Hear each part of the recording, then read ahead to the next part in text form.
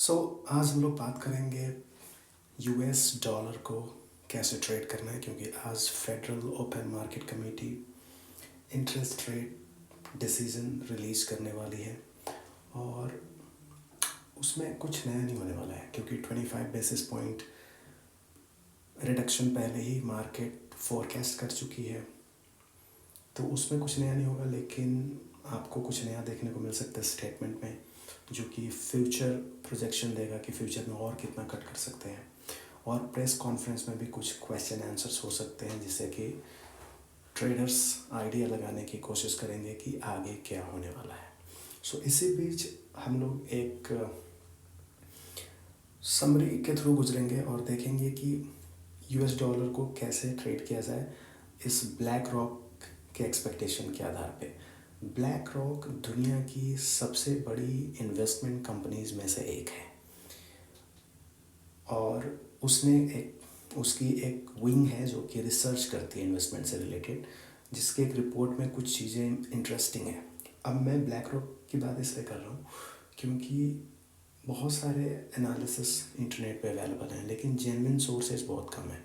तो हमारी एनालिस्ट की टीम सिर्फ जेन्युइन सोर्सेज के ही आर्टिकल्स या उनके जो ओपिनियंस है उसको बताती है।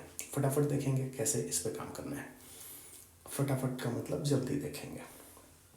प्राइसिंग ऑफ इंटरेस्ट, तो ब्लैक रॉक ने ये लिखा, उन कुछ उसके मेन पॉइंट्स है। Pricing of interest rate cut expectation is overdone, यानी कि जितनी प्राइसिंग इंटरेस्ट रेट कट की उम्मीद के कारण होने वाली थी हो चुकी थी और डॉलर को जितना गिरना था वो गिर चुका है। उसके बाद क्या, last CPI ruled out 50 basis point cut. कई सारे एनालिस्ट ये भी एक्सपेक्ट कर रहे थे सेकेंड लास्ट सीपीआई वीक आई थी, उसको देखने के बाद कि हो सकता है कि interest rate cut 25 basis point का ना हो, 50 का हो, तो वो रूल्ड आउट हो गया। यानी वो तो अब एक्सपेक्ट नहीं किया जा सकता 25 बेसिस पॉइंट का ही कट होगा, क्योंकि लास्ट सीपीआई जो है वो वीकर देन फोरकास्ट नहीं आया था। आगे बढ़ते हैं। Supply constraint will keep inflation high. Supply constraint के पीछे ब्लैक रॉक की अपनी बहुत बड़ी एक्सप्लेनेशन है। उसने कुछ मेगा फैक्टर्स की बात करी है जो आप पढ़ सकते हैं। इन शॉर्ट मैं आपको बता रहा हूँ कि दो तरह की इकोनॉमीज़ में उसने वर्ल्ड को बांटा है। एक तो इमर्जिंग इकोनॉमीज़ हैं, जिसमें कि इंडिया और साउथ ईस्ट एशियन कंट्रीज़ बहुत सारी आ जाती है, इंक्लूडिंग मिडल ईस्ट, और कुछ ऐसी कंट्रीज़ हैं जो कि ऑलरेडी डेवलप्ड हैं, सेटल्ड हैं, सेचुरेटेड इकोनॉमीज़ हैं, जिसमें यूरोपियन यूनियन की कंट्रीज आ जाती है, यूएस कनाडा जैसे आते हैं। तो उनके सप्लाई चेन बहुत सारे अलग अलग हैं। जैसे कि जब से रशियन वॉर शुरू हुआ है तो बहुत सारी सप्लाई चेन डिसरप्ट हुई थी, जो रशिया से सप्लाई होती थी, गैस, ऑयल वगैरह वगैरह। तो इसी तरह से बहुत सारी चीज़ें, सिर्फ गैस ऑयल की बात नहीं है। जैसे कि अभी यूएस में इलेक्शन होने वाला है, तो इमिग्रेंट्स की पॉलिसी पे क्या क्या चेंजेस हो सकते हैं, क्योंकि अभी जो हम एनएफपी का डेटा देखते आ रहे हैं कि लेबर मार्केट उतना ज़्यादा कमज़ोर नहीं हुआ है, सिर्फ लास्ट एनएफपी थोड़ा सा नेगेटिव था। तो उसमें बहुत सारे इमिग्रेंट्स भी काउंट किए जाते हैं जो वहाँ पे जॉब करते हैं। तो ये सारी चीज़ें थोड़ी सी डिसरप्ट होंगी, और ब्लैक रॉक का मानना है कि सप्लाई चेन कॉन्स्ट्रेंट्स जो है इन्फ्लेशन को हाई रखेगा। तो बहुत ज़्यादा डीपली अगर आप जानना चाहते हैं तो आप इसको गूगल कर सकते हैं, ठीक है। ब्लैक रॉक के 5 मेगा फैक्टर्स को आप समझ सकते हैं, लेकिन उसके इतने डीप में जाने की ज़रूरत नहीं, क्योंकि ये एकमात्र फैक्टर नहीं है, इसलिए आगे वाले फैक्टर पे बढ़ते हैं। Fed will not cut as much as market is expecting. Market over expect कर रहा है इंटरेस्ट रेट कट, लेकिन फेड उतना कट नहीं करने वाला है। जैसे कि बहुत जल्दी ही एक्सपेक्टेशन बढ़ गई थी लोगों की कि 50 बेसिस पॉइंट कट करेगा, लेकिन वो एक्सपेक्टेशन ख़त्म हो गई जैसे ही लास्ट सीपीआई आया। Cooling inflation is likely temporary. Inflation थोड़ा तो कूल हुआ है, पीसी और सीपीआई का पूरा ट्रेंड अगर देखा जाए, लेकिन ब्लैक रॉक का मानना है कि ये टेम्पररी है और ये बहुत जल्दी कूल होकर 2% इन्फ्लेशन टारगेट पे नहीं पहुंचने वाला है। Wage growth slowed but not enough to suggest 2% inflation. Labour market condition में एक चीज़ आप लोग देखते होंगे रिलीज होती होगी, एवरेज आवरली अर्निंग, जो कि बताती है आवरली अर्निंग का अमाउंट में क्या क्या चेंजेस आए हैं, उसके आधार पे वो डेटा निकलता है। उसको इनडायरेक्ट दूसरी भाषा में या अलग तरीके से बात करें तो वेज ग्रोथ भी कह सकते हैं। तो जब वेज ग्रोथ कम होता है तो इंटरेस्ट रेट घटाया जाता है, ताकि जो कॉरपोरेशंस हैं या बिजनेसेस हैं उनको फाइनेंस फाइनेंशियल सपोर्ट मिले और फिर वो उसके कारण फिर वो लेबर मार्केट में थोड़ा ज़्यादा इन्वेस्ट कर पाएँ, एम्प्लॉयमेंट में ज़्यादा इन्वेस्ट कर पाएँ, जिससे वेज ग्रोथ बढ़ सकता है। तो इसीलिए वेज ग्रोथ अगर कम होता है तो इंटरेस्ट रेट को कम किया जाता है। बट वेज ग्रोथ इतना भी स्लो नहीं हुआ है कि 2% इन्फ्लेशन नज़दीक नज़र आ रहा है, ये कहना चाहती है ब्लैक रॉक। इसीलिए अभी इंटरेस्ट रेट को कट करने की बहुत ज़्यादा मार्केट जितने एक्सपेक्ट कर रहा है उतनी गुंजाइश शायद नहीं होगी। और इसीलिए अगर 25 बेसिस पॉइंट नेक्स्ट कट होने की अगर इनडायरेक्ट सिग्नल अगर प्रेस कॉन्फ्रेंस में फेड देती है तो भी उससे बहुत ज़्यादा फ्यूरियस फॉल होने की एक्सपेक्टेशन नहीं है। अब आते हैं नीचे और क्या ब्लैक रॉक ने बताया। EU cut last week, obviously European Union ने इंटरेस्ट रेट कट किया last week as per expectation. शायद हमारे किसी वीडियो में उसके ऊपर कुछ बात भी की गई थी, उसके ऊपर कोई एनालिसिस बनाई भी गई थी। और इसने ये भी कहा है कि European Union has more room to do further rate cut, क्योंकि उनके यहाँ इकोनॉमिक वीकर इकोनॉमिक एक्टिविटीज़ है। वीकर इकोनॉमिक एक्टिविटीज़ में सब कुछ एक साथ आ जाता है। जैसे कि आपने एक लास्ट एनालिसिस में देखा होगा, CPI के बारे में बात की गई थी। जर्मन CPI नेगेटिव आया था, लेस देन फोरकास्ट आया था। दो अलग अलग तरीके की CPI की बात की थी। तो CPI, GDP, एम्प्लॉयमेंट, ये सब कुछ मिला के ओवरऑल पिक्चर उनका वीकर, उनकी इकोनॉमिक एक्टिविटीज़ वीकर है। सो ब्लैक रॉक ने जिस तरह से एनालाइज किया है वो कहती है कि अनलाइक यूएस के जैसा नहीं, अनलाइक यूएस उनकी कंडीशन थोड़ी इकोनॉमिक एक्टिविटी थोड़ी वीकर है, तो उनके पास ज़्यादा रूम है इंटरेस्ट रेट कट करने का। और ब्लैक रॉक देखती है यूरोपियन इन्फ्लेशन को 2% जाते हुए जल्दी, मतलब फास्टर देन अमेरिकन इकॉनमी। तो इससे क्या निष्कर्ष निकल के आता है कि let's look at euro USD and let's find chances, जो भी हमें अवसर मिलते हैं कि कैसे हम यूरो USD को सेल कर सकते हैं। लेकिन ये तो ब्लैक रॉक की बात हो गई। अब हम लोगों ने जो पिछली बार बात करी है यूरो USD की बात करी है, और हमारे एनालिस्ट्स ने बात करी थी USD JPY की।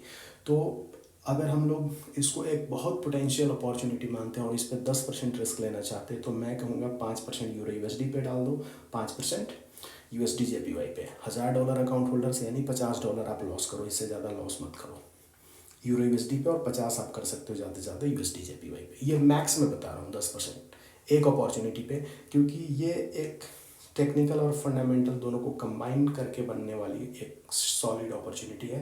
अदरवाइज हमारे भी एनालिस्ट और ट्रेडर एक बार में 3% का रिस्क लेते हैं, तो वैसे सिचुएशन में वो 1.5 एक पेयर पे डालेंगे और 1.5 दूसरे पे। खैर, वो आपका अपना रिस्क मैनेजमेंट, आप कितना डालना चाहते हो। फिलहाल बात कर लेते हैं USD JPY की, कि क्यों मैं आपको USD JPY के बारे में बताना चाह रहा हूँ।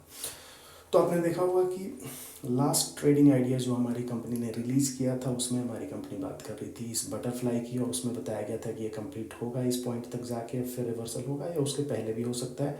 तो खैर, ये कंप्लीट होकर रिवर्सल चालू हो गया है। तो ये ऑलरेडी एक बुलिश साइन यहाँ पे है। इसलिए USD अगर बाय करना है तो USD JPY बाय करना एक सही आइडिया है, क्योंकि वो ऑलरेडी बुलिश मूव, एक रिवर्सल पैटर्न के बाद बुलिश मूव ले चुका है, शुरू कर चुका है। अब इसमें देखते हैं 4 आवर टाइम फ्रेम पे क्या है। अब बुलिश मूव जो USD JPY में हम लोग अभी देख पाते हैं, वो पिछले दोनों मूव से बड़ी है। जैसे ये वाली मूव आप देख रहे हैं, ये इतनी थी, इससे थोड़ी बड़ी मूवमेंट ये थी, इससे काफ़ी बड़ी मूवमेंट ये है। और नेक्स्ट हम लोग की कंपनी टारगेट करेगी 142.79, 142.80। तो ये क्यों टारगेट करेगी, क्योंकि बुलिश फोर्स बढ़ते जा रहा है। तो ये बटरफ्लाई रिवर्सल है, वो पूरा का पूरा भी रिवर्स करने की बात कर सकता है, या जितना फॉल हुआ उसकी हाफ या 30%, 38.2%। फिबोनाची के बहुत सारे लेवल है। मैं ये नहीं कहूँगा कि 30% करेगा, 38.2 करेगा, 50 करेगा, या पूरा ही रिवर्स करेगा, नोबडी नोज। तो हम लोग उसको फिगर आउट करेंगे अभी 1 आवर पे जाके कि कितना रिवर्स करेगा। अगर US डॉलर ऊपर जाता है तो USD JPY कितना ऊपर जाएगा। चलो, तो आ जाते हैं 1 आवर टाइम फ्रेम पे, और मैं आपको दिखाता हूँ कि 142.79 वाला एरिया कैसे डिटरमिन किया गया है। ये है हमारा USD JPY का 1 आवर टाइम फ्रेम। ये सारे स्क्रीनशॉट हम लोगों ने अभी तुरंत ही लिए हैं। तो अभी आप देखेंगे हम लोग टारगेट्स ऑब्वियसली टेक्निकल्स के आधार पे ही डिटरमिन करते हैं, there is no other way. तो इसमें देखेंगे ये है आपका पहला ड्राइव, ये है दूसरा ड्राइव, और यहाँ पे बन सकता है ये तीसरा ड्राइव। 3 ड्राइव पैटर्न, जिसका टारगेट अगर आप कैलकुलेट करोगे तो वो मिनिमम होता है कंप्लीशन पॉइंट जो होती है, जैसे बटरफ्लाई का कंप्लीशन पॉइंट 127.2% ऑफ XA होता है, उसी तरह से यहाँ पे लास्ट वाली जो ये रिट्रेसमेंट होती है इसका 127.2% ऊपर की ओर, जो कि आएगा 142.79 के आसपास। तो ये आपका टारगेट USDJPY का। अब इसमें ट्रेड करने की टेक्निक ये नहीं है कि एक ट्रेड लेना है और ये टारगेट करना है। जब ये न्यूज़ आएगी और उसके बाद जब प्रेस कॉन्फ्रेंस होगा तो प्रेस कॉन्फ्रेंस में आपको ये यहाँ पे आपको बहुत ज़्यादा वॉलेटिलिटी देखने को मिलेगी। तो आप मान के चलो 100 से 150 पिप यानी 1000 से 1500 पॉइंट की वॉलेटिलिटी आपको दोनों डायरेक्शन में देखने को मिल सकती है। और हमें ऊपर के डायरेक्शन में अगर हम लोग अभी से बात करें तो हमारा टारगेट कितना दूर है, 142.80, अभी 141.90, लगभग 100 पिप से भी थोड़ा कम, 90 पिप, 900 पॉइंट दूर है। तो इसमें कैसे ट्रेड करना है, वो एक पोजीशन पे नहीं करना है, आपको स्प्लिट पोजीशंस करनी होंगी। एक आपने यहाँ पे चलो बाय कर लिया, फिर अगर मार्केट नीचे गिरता है तो यहाँ पे भी बाय कर लो, फिर अगर नीचे गिरता है तो यहाँ पे बाय कर लो। इस तरह से अगर आपने देखा कि यहाँ से आपका रिस्क कितना हो जाता है, ऑब्वियसली हम लोग नहीं चाहेंगे कि मार्केट आज एक बेयरिश कैंडल के रूप में क्लोज हो। तो 150 पिप पे अगर आपका रिस्क है, तो अगर आपने $50 का इस पर रिस्क लेना है तो 0.02, 0.03 इस तरह के ही पोजीशंस आप ले सकते हो। और उसके हिसाब से आप इमीडिएटली ऐसे जगहों पे भी क्लोज करने की कोशिश कर सकते हो जो कि आपके पोजीशंस के एवरेज पॉइंट से ऊपर रहेगा। लेकिन ओवरऑल आप याद रखना, अगर ये पूरा का पूरा डे बेरिश कैंडल के रूप में क्लोज हुआ डेली टाइम फ्रेम पे, सारे पोजीशन लॉस लेके क्लोज कर देना। नहीं तो आप कुछ पोजीशंस इंटरमीडिएट टारगेट के साथ क्लोज कर सकते हो, जैसे कि इंटरमीडिएट टारगेट रीसेंट हाई हो सकता है। और अगर आपको नीचे गिरता हुआ नज़र आ रहा है और आपने 2-3 पोजीशन ले लिए, तो मान लो एवरेज पॉइंट यहाँ आ रहा है तीनों का, तो इसके ऊपर अगर क्लोज करोगे यहाँ पे भी तो वापस आपका प्रॉफिट में आएगा। तो क्योंकि कई सारे स्पाइक्स बनेंगे प्रेस कॉन्फ्रेंस में और आपको इस तरह की बहुत सारी अपॉर्चुनिटी मिलनी है, तो ये डायनामिकली आपको 1 मिनट और 5 मिनट टाइम फ्रेम पे जाके ट्रेड करना पड़ेगा। इवेंचुअली आपका टारगेट 142.80 ज़रूर है, लेकिन बीच में बहुत सारी छोटी छोटी ट्रेडिंग अपॉर्चुनिटीज़ रहेंगी जिसको आप यहाँ पे जिसका एडवांटेज आप ले सकते हो। हमें एनालिसिस डायरेक्शन बताता है कि हमें सारे पोजीशंस बाय डायरेक्शन में लेने हैं, और ये भी बताता है कि फाइनली अगर बेरिश के रूप में क्लोज हो गया पूरा का पूरा दिन तो हमें सारे पोजीशन को लॉस करके निकल लेना है। इसलिए सारे पोजीशन की प्लानिंग करने की जिम्मेवारी आपकी खुद की है। और वो सीक्वेंस समझना है तो हमारी साइट पे एक एजुकेशन वीडियो है, 25noobsters.com पे जाना, ठीक है।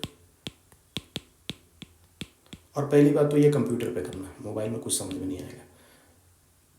इसके बाद साइट मेन्यू में फिर चले जाना एजुकेशन में, ठीक है।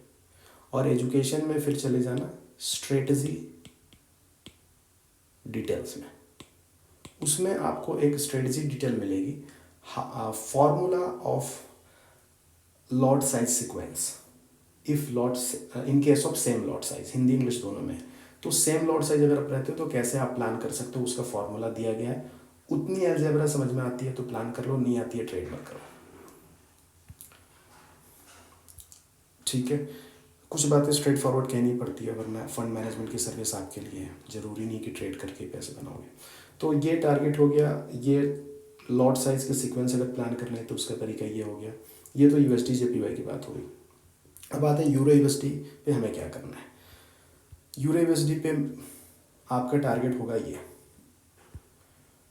109.62, 109.50, 950, 960 ये टारगेट होगा। ये कैसे निकाला गया, यहाँ पे भी सिचुएशन लगभग सिमिलर है।